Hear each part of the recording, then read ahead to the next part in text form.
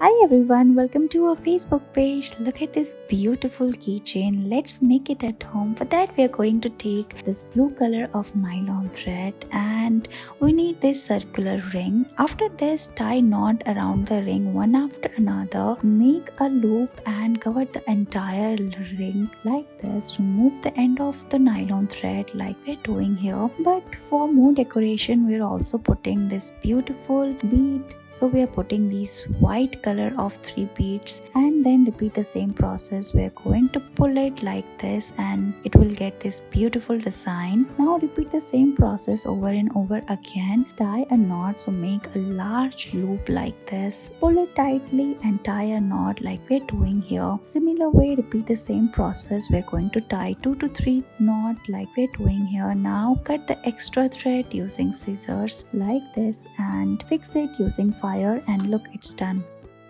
In this video, we're going to make a beautiful bracelet at home in a very easy way.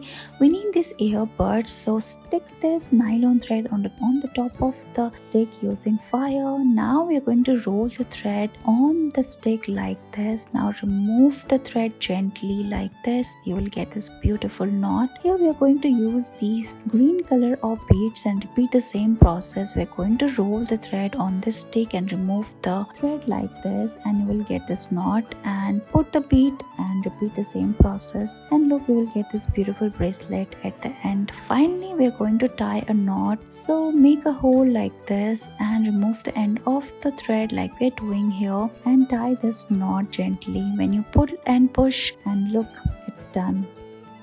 Take this straw and roll the thread around it like we're doing here. In this video, we will learn how you can directly put the thread inside the button like this. Now remove the thread through the hole of the straw like this and gently pull the straw, and look, you'll get this beautiful knot at the end in a very simple and easy way.